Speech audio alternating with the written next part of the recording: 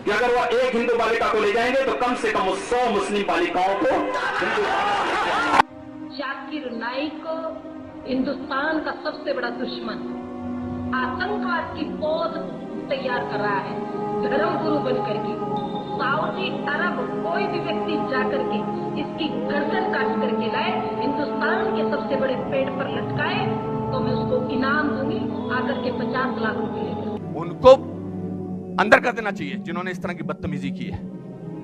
हैं कुछ ऐसे लोग पार्टी में जो बकवास करते हैं, चाहे वो साध्वी हैं, चाहे वो और कोई ना योगी हैं, उनको अंदर कर देना चाहिए, उनको डांटना चाहिए और उनको निकाल देना चाहिए। जैसा मुझे सुनने में और देखने में अभी पड़ रहा है कि आप जो बात कह रहे हैं केवल इस्लाम धर्म की आखिरी बात, इस्लाम धर्म की सारी बातों को आप कबूल करवा रहे हैं और इस्लाम धर्म को सर्वोपरि मान रहे हैं। मैं भी मानूंगा अगर आप मेरी बात को, अभी ईसाई धर्म भी है, बौद्ध धर्म भी है, जैन धर्म भी है और सिख धर्म भी है, हिंदू धर्म भी है। और धर्म क्या है?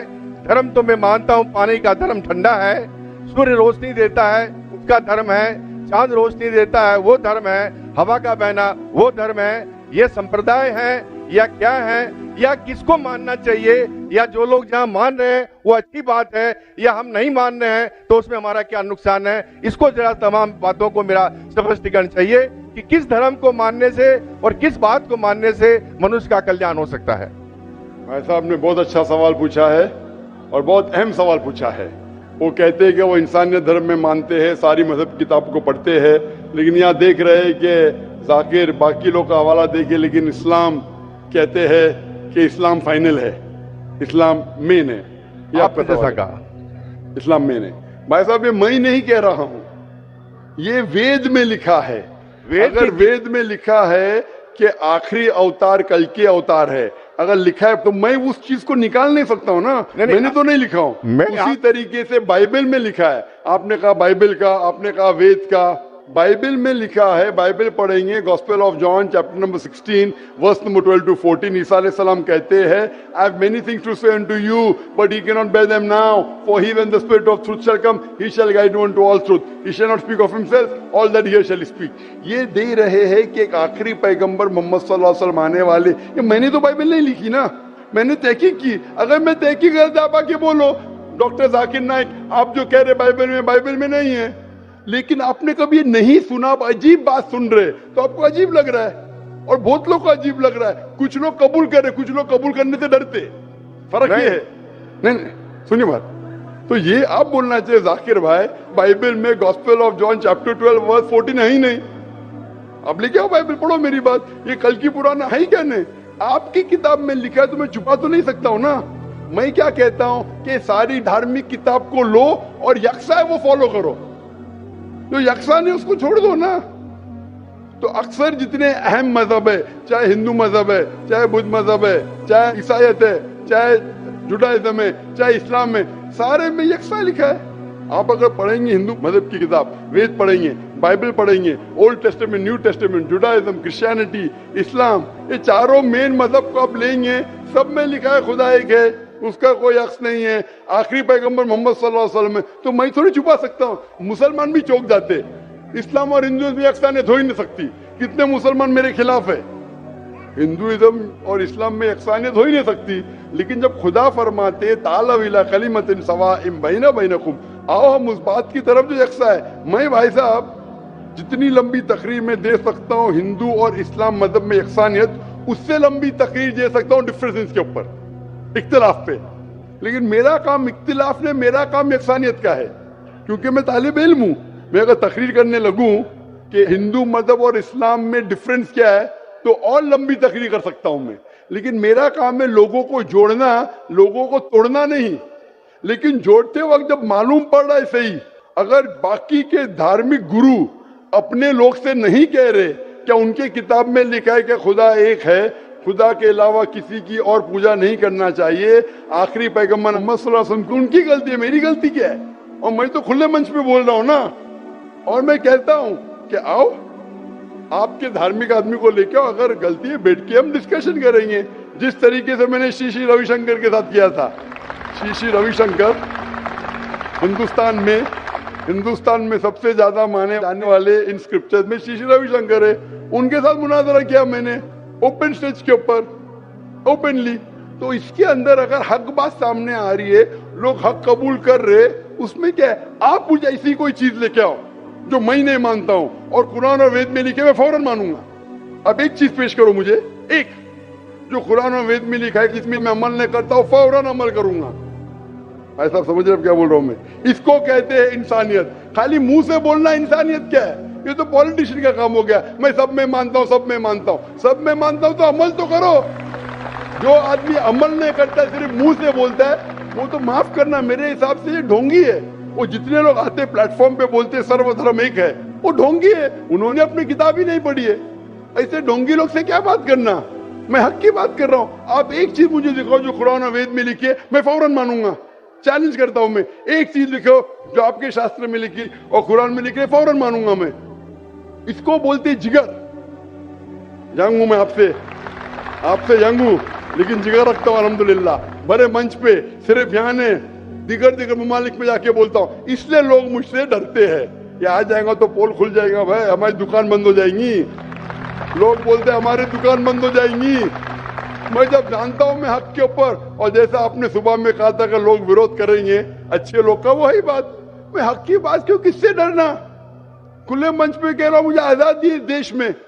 अगर किसी को आने का मुकाबला करने का, तो डायलॉग भी करने को मैं तैयार हूं। ऐसा आदमी जिसके पास इल्म है, चाहे हिंदू मजहब का हो चाहे क्रिश्चियनिटी मजहब का हो, कोई भी शख्स जो 10,000 पब्लिक, कोई भी हिंदू कोई भी क्रिश्चियन दुनिया में जो अपने खुद की तकरीब पे 10,000 लोग को गैदर कर सकता है। यहाँ माशाल्लाह कितने लोग हैं? यहाँ तकरीबन 5-10 लाख लोग हैं, बराबर।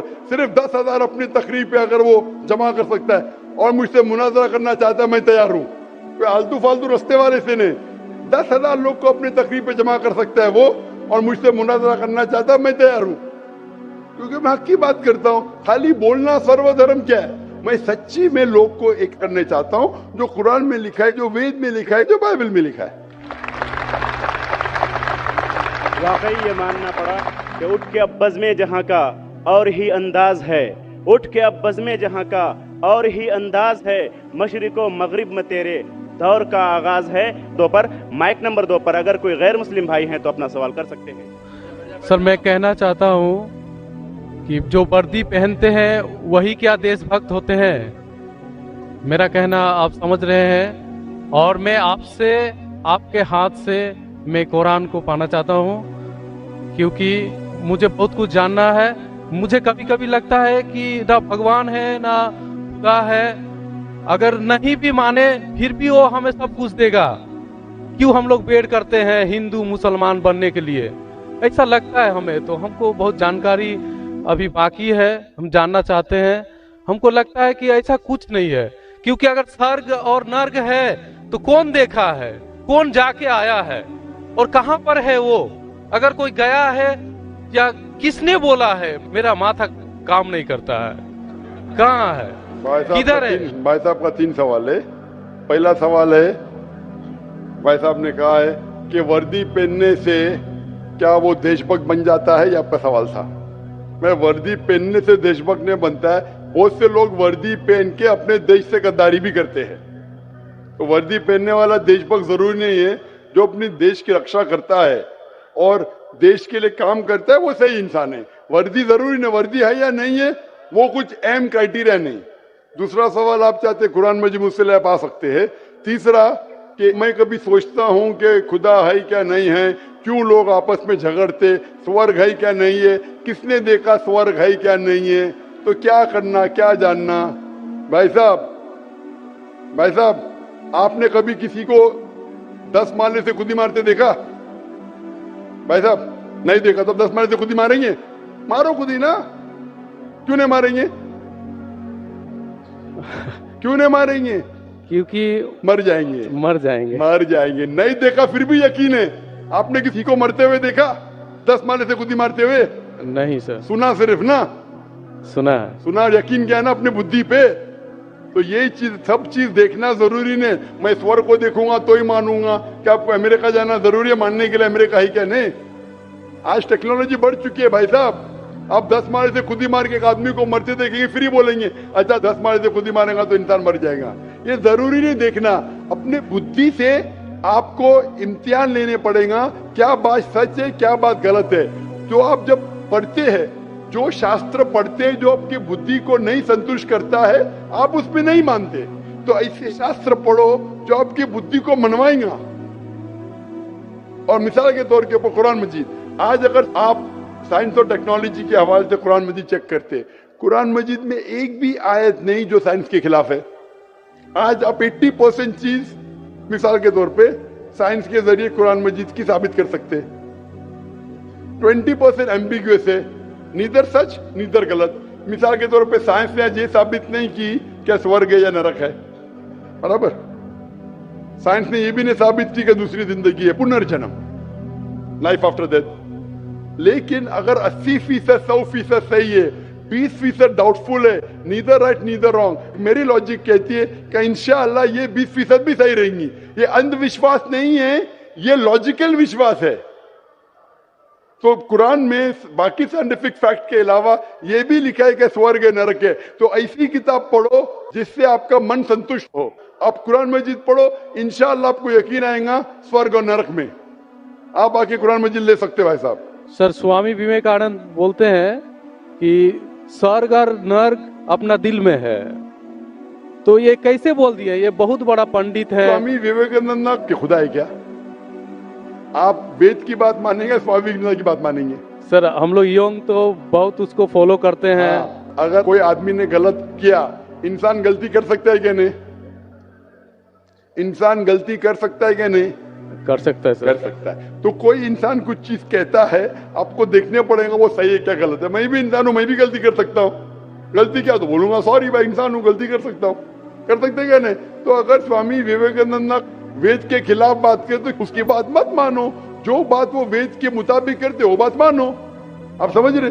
मेरा भी कोई जुमला मिला जो कुरान के खिलाफ है, मेरे जुमले को भी फेंक दो ना। स्वामी विवेकानंद दूर की बात है, मैं अगर कुछ कुरान और सही हदीस के खिलाफ बोल रहा हूं तो मेरी बात भी मत मानो।